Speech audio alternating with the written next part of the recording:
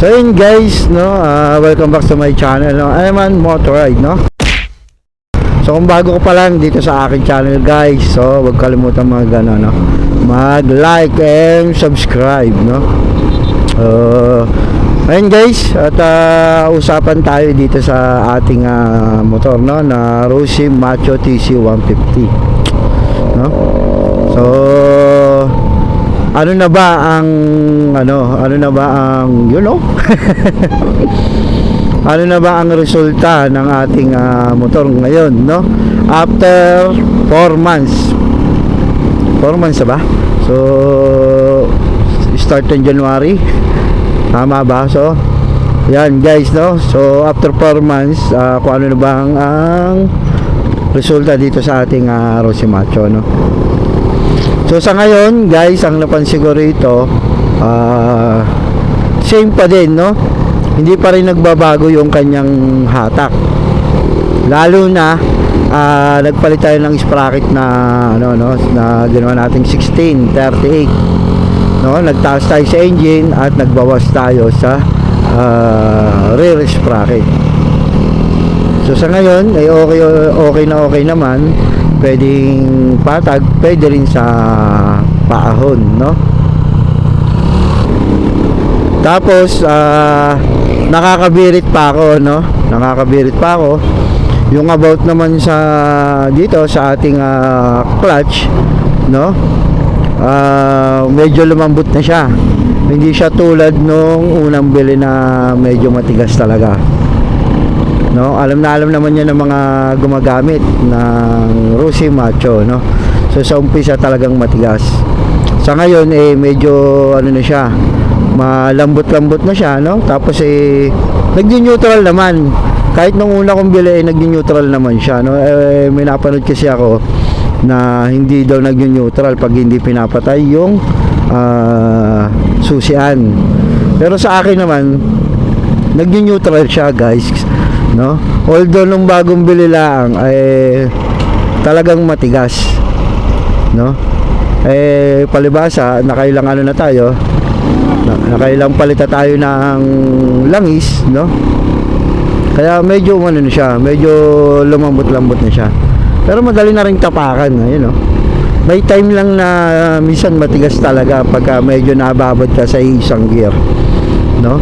Tapos magbabawas ka, may time na minsan matigas, pero nag-ano naman siya, bumababa, no.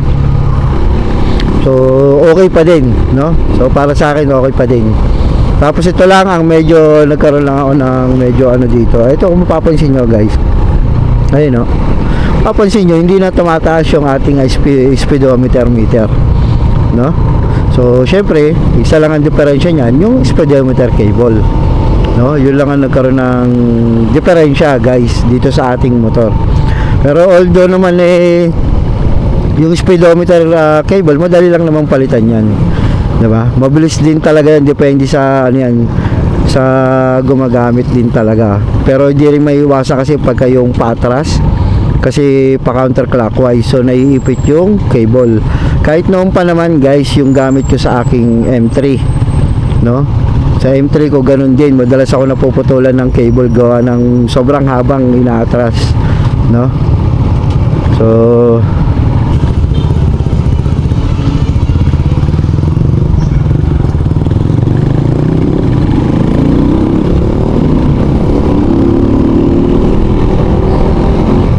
So ayun nga, magbalik tayo sa pinag-uusapan natin, no, sa about sa cable, no, speedometer cable.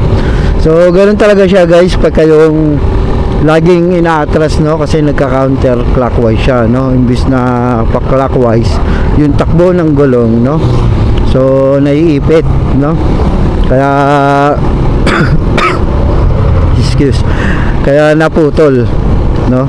Pero hindi katulad ng katulad nga nung M3 ko dati, yung MIUI, no, na M3 na scooter, ganun siya, madalas siya.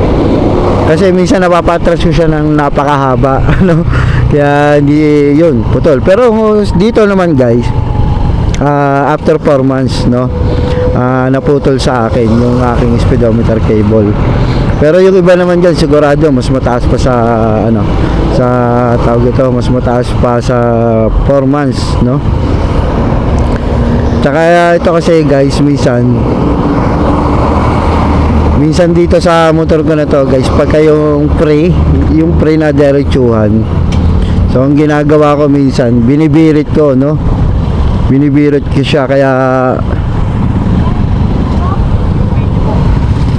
yun, no? Kaya mabilis. Ayan na naman tayo.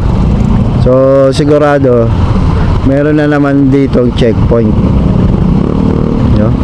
Wala na ata. Ayan, nakalis na.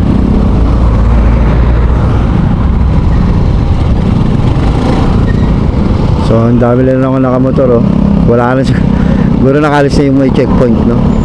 So halata naman yan guys pag may checkpoint, no? Pag maraming motor, maraming nakatigil, yan. So yun nga, magbalik tayo sa ating topic. So far okay naman. Ano lang ako, no? One push lang, no? So one click lang yung ating push button, no? Tapos goods pa, okay pa naman ang hatak. Hindi naman nagbabawas ang langis, no? So yun nga, para sa iba ang gamit ko rito, no, ay 1638. So okay na ako doon, nakapix na ako doon sa 1638. Para meron tayo pang patag, meron din tayong pang akyatan, no? So tsaka hindi na siya masyadong mabibrate, hindi tulad nung unang bili natin pagdating pala ng 60, 70, malakas na, no? Malakas na mag-vibrate. So sa pagbabibrate niya, minsan masakit na sa paa, di ba? Syempre nanginginig sa paa, sa kamay, no? So dito wala na. Parang normal na lang na motor. Although meron siyang vibration kahit pa paano, pero mas ano siya, mas nag-less, no? Mas nabukasan yung ating pagbabibrate, no? Tapos sa headlight, okay pa, taas baba, no? Hindi pa tayo na pupundihan. Okay na okay pa.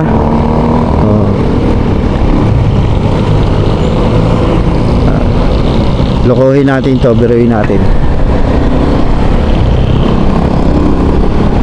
Si ano to eh, si tropa ng ano, sa Capitol. Ayan, biruin natin to.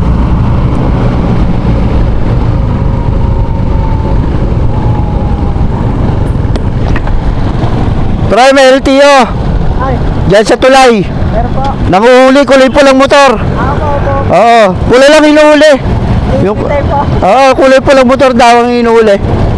Oo. Ang aga mo ngayon po eh. Oo, tinapos ko agad yung formation eh. Ngayon yan po nga eh. Hindi daw nauuta mo. Kakalis yan ba? Meron dito sa likod. Di ba may daanan dito? Ah. Meron dito nakabang. Di wala na pala, wala na. Wala na. Wala po ba? Eh dito daw meron daw dyan ang uhuli, pulang motor lang inuhuli. Oo.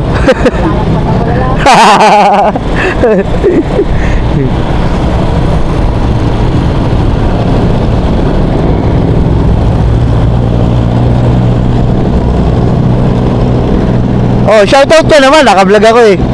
Shoutout ka naman, kumaway-kaway ka, naka-vlog ako eh. I-upload nyo to ha. Ano, buhay? Ha? Buhay yan?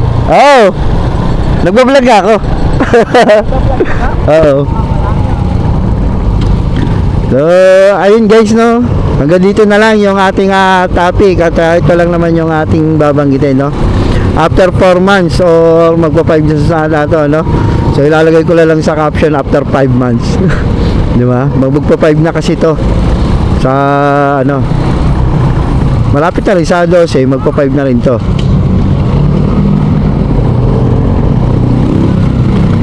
Ayan guys, at kung nagustuhan nyo to, no, ang ating video for today, no, huwag kalimutan mag-like, comment and share na rin sa ating videos, no guys.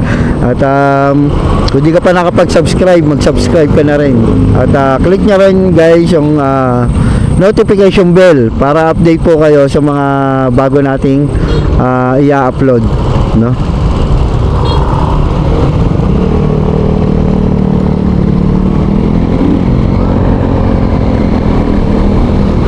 So, yun guys, at ingat kayo palagi, ride safe guys. So, walwala na.